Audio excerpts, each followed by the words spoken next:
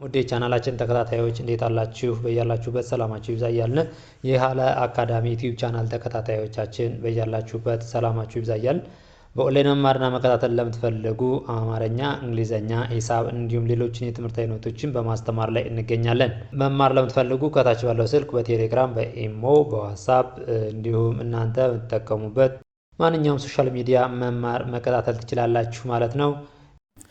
እሺ በዛሬ ቪዲዮአችን ደግሞ ይዘንላችሁ የመጣን ፊደላትን ከቅርጻቸው እስከ ድምጻቸው ድረስ እንዴት አድርገን እያንዳንዳቸውን እናውቃቸዋለን የሚለውን የምንለይበት ይሆናል።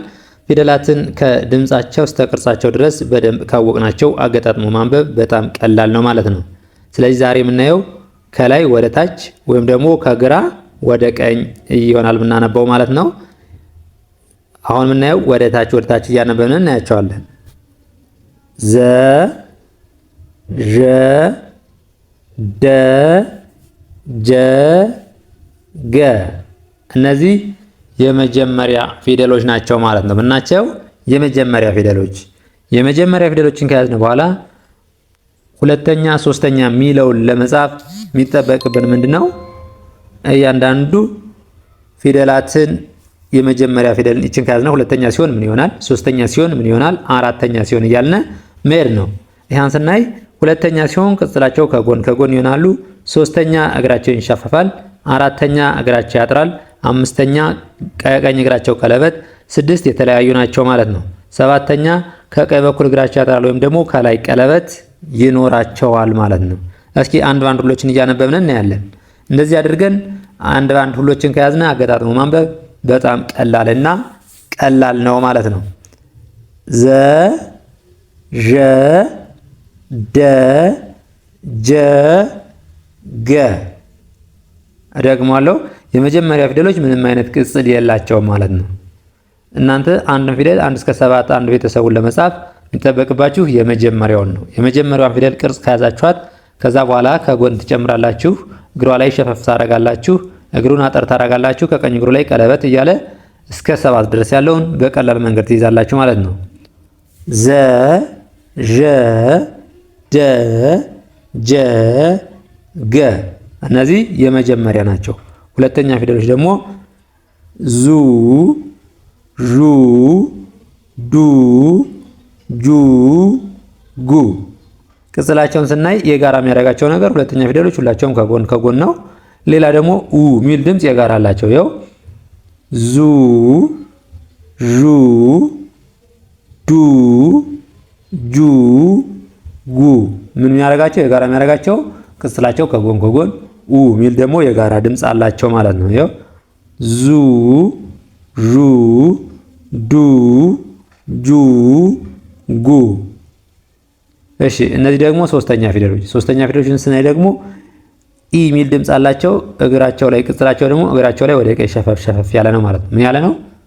ከቀኝ እግራቸው ላይ ወደ ቀኝ ሸፈፍ ያለ ኢ ሚል ድምፅ አላቸው። ዚ ዢ ዲ ጂ ጊ። እስኪ ዚ ጂ ዲ ጂ ጊ የሚያመሳስላቸው ነገር ኢ ሚል ድምፅ አላቸው። የሁሎችም ቅጽላቸውን ደግሞ ከቀኝ እግራቸው ላይ ወደ ቀኝ ሸፈፍ ያሉ ናቸው ማለት ነው። ደግሞአለው ዚ ጂ ዲ ጂ ጊ። እሺ እነዚህ ደግሞ ስንተኛ ፊደል ናቸው? አራተኛ ፊደሎችን ስናይ ደግሞ ከቀኝ እግራቸው ላይ አጠር ያለ ቅርጽ አላቸው። ሌላ ደግሞ አ ሚል ድምፅ አላቸው። ስለዚህ ምን ያመሳስላቸዋል? የአራተኛ ፊደሎች ስናነባቸው በድምፅ የተወሰነ ቢለያዩም አ ሚል ድምፅ እና በግራ በኩል አጠር ያለው እግራቸው ያመሳስላቸዋል ማለት ነው። እሺ ዛ ዣ ዳ ጃ ጋ ምን ሚል ድምፅ አላቸው? አ ሚል ድምፅ። ዛ ዣ ዳ ጃ ጋ ዛ ዣ ዳ ጃ ጋ። እሺ እንደዚህ ያደረግን እየደጋገምነ ማንበብ ማለት ነው። እየደጋገምነ ማንበብ ዛ ዣ ዳ ጃ ጋ። እሺ የአምስተኛ ፊደሎችን ስናይ ደግሞ ከቀኝ እግራቸው ላይ ቀለበት አላቸው ማለት ነው። የሁሎችም የአምስተኛ ፊደሎች ከቀኝ እግራቸው ላይ። ስለዚህ አብዛኞቹ ፊደሎች ከቀኝ እግራቸው ላይ ቀለበት ካለ የአምስተኛ ፊደል ናቸው ማለት ነው። ዜ ዤ ዴ ጄ ጌ ኤ የሚል ድምፅ አላቸው። ዜ ዤ ዴ ጄ ጌ። እንደዚህ እያደረግን እየደጋገምን እናነባቸዋለን ማለት ነው።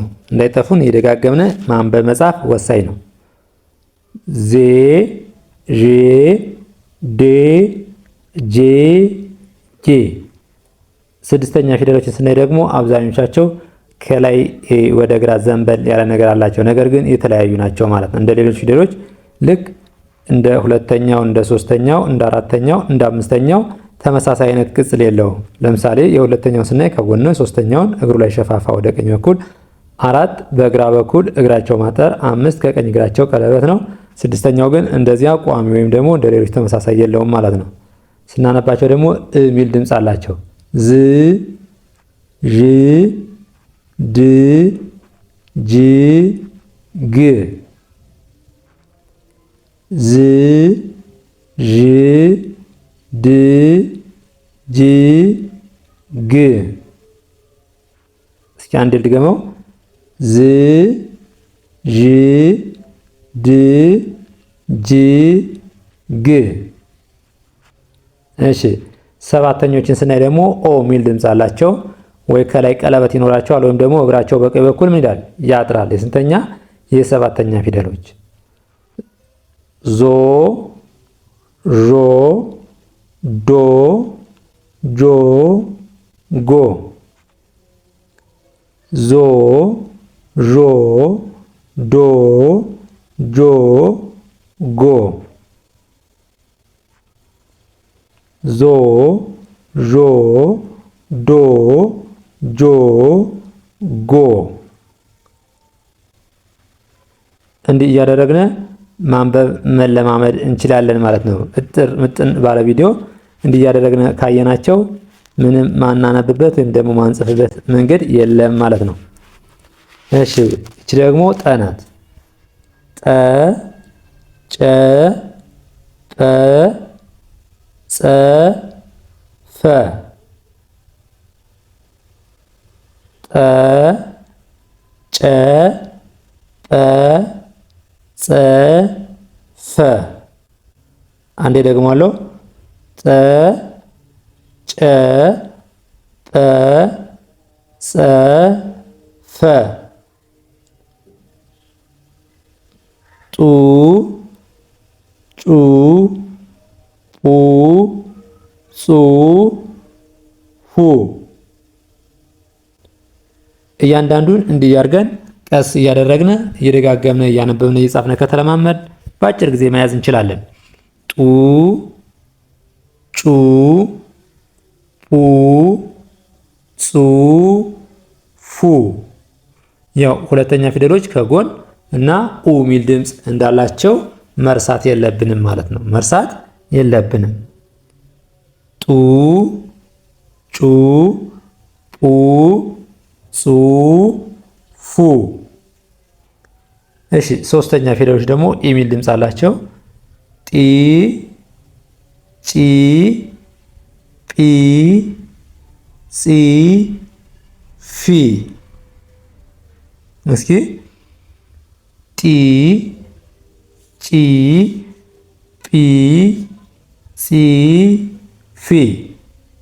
ሁሌም ቢሆን ማንኛውንም ፊደል ስናነብ የመጀመሪያው ፊደል ምንም አይነት ቅጽል እንደሌለው፣ ሁለተኛ ከጎን፣ ሶስተኛ ደግሞ ወደ ቀኝ በኩል እግሩ ሸፈፍ ያለ እንደሚሆን መርሳት የለብንም ማለት ነው። ሁሌም ፊደላትን ስናነብ ጢ ጪ ጲ ጺ ፊ። እነዚህ ደግሞ የአራተኛ ፊደሎች ናቸው ማለት ነው። የአራተኛ ፊደሎች ናቸው። አ ሚል ድምፅ አላቸው። ጣ ጫ ጳ ጻ ፋ ጣ ጣ ጫ ጳ ጻ ፋ። የመጀመሪያዎችን ተመሳሳይ የሚያደርጋቸው ሁለተኛ ፊደሎችን ከጎን ከጎን ቅጽል፣ ሶስተኛዎችን የሚያመሳስላቸው ደግሞ ኢ ሚል ድምፅ አላቸው። እግራቸው ላይ ቅጽል ቅጽል። አራተኞች ደግሞ እግራቸው በግራ በኩል አጠር አጠር አ ሚል ድምፅ አላቸው ማለት ነው። አንዴ ደግሞ አለው ጣ ጫ ጳ ጻ ፋ። አምስተኛ ፊደሎች ደግሞ ከቀኝ በኩል ምን አላቸው? ቀለበት አላቸው። ጤ ጬ ጴ ፄ ፌ። ጤ ጬ ጴ ፄ ፌ ኤ የሚል ድምፅ አላቸው ማለት ነው። ስድስተኛ ፊደሎች ደግሞ እ የሚል ድምፅ አላቸው። የተለያየ ቅጽላቸው የተለያየ ነው። እንደ ሌሎች ተመሳሳይ ቦታ ወይም ደግሞ ተመሳሳይ አይነት ቅጽል የላቸውም ማለት ነው። ጥ ጭ ጵ ጽ ፍ። ጥ ጭ ጵ ጽ ፍ። እሺ ሰባተኛ ፊደሎችን ስናይ ደግሞ ከቀኝ በኩል እግራቸው አጠር አጠር ይላል ወይም ደግሞ ከላይ ቀለበት ይኖራቸዋል ማለት ነው። ጦ ጮ ጶ ጾ ፎ። ጦ ጮ ጶ ጾ ፎ። ጦ ጮ ጶ ጾ ፎ። እንደዚህ እያደረግን እየደጋገምን ማንበብ እጥር ባለ መንገድ ስንረዳው ለመጻፍ ወይም ደግሞ ለማንበብ ብቻቸውን ቢሆን ሲሆኑ ለመለየት የሚረዳን ምንድነው? የመጀመሪያ ፊደሎችን ስናይ ምንም አይነት ቅጽል እንደሌላቸው። ይችን ለምሳሌ ጠን ስናይ ጠ የመጀመሪያ ፊደሏ ምንም አይነት ቅጽል የላትም። ሁለተኛ ስትሆን ከጎን፣ ሶስተኛ ስትሆን እግሯ ላይ ወደ ቀኝ ሸፈፍ ያለ፣ አራተኛ እግሯ ጠር ያለች፣ አምስተኛ ከቀኝ እግሯ ቀለበት፣ ስድስት የተለያዩ ናቸው። ሰባተኛ ከቀኝ እግራቸው አጠር ያለ ወይም ደግሞ ከላይ ቀለበት ብለን የአንዷን ፊደል ከያዝነ ሁሉም በዚህ ተመሳሳይ ስለሚሄድ አንዱን በደንብ አንዱን ፊደል ከተረዳን ሌላውንም የመጀመሪያ ፊደሉን ማወቅ ነው የሚጠበቅብን ማለት ነው። ስለዚህ እንዲያረጋችሁ ማንበብ መጻፍ መለማመድ ትችላላችሁ ማለት ነው። ከዛ ውጭ ደግሞ በአጭር ጊዜ ማንበብ መጻፍ እንፈልጋለን ለምትሉ ደግሞ ከታች ባለው ስልክ በቴሌግራም በኢሞ በዋትስአፕ እናንተ የምትጠቀሙበት ማንኛውም ሶሻል ሚዲያ ከሀገር ውስጥም ሆነ ከሀገር ውጭ ናችሁ በማንኛውም ሰዓት እናንተን በተመቻችሁ የእናንተ ስራ ሰዓቶች መደወል ትችላላችሁ። በአጭር ጊዜ አቀላጥፎ ማንበብ መጻፍን እናስተምራችኋለን። ለዛሬ ዘንዳችሁ የመጣን ይመስላል። በሌላ ቪዲዮ እስከምንገናኝ ድረስ መልካም ጊዜ፣ ሰናይ ቆይታ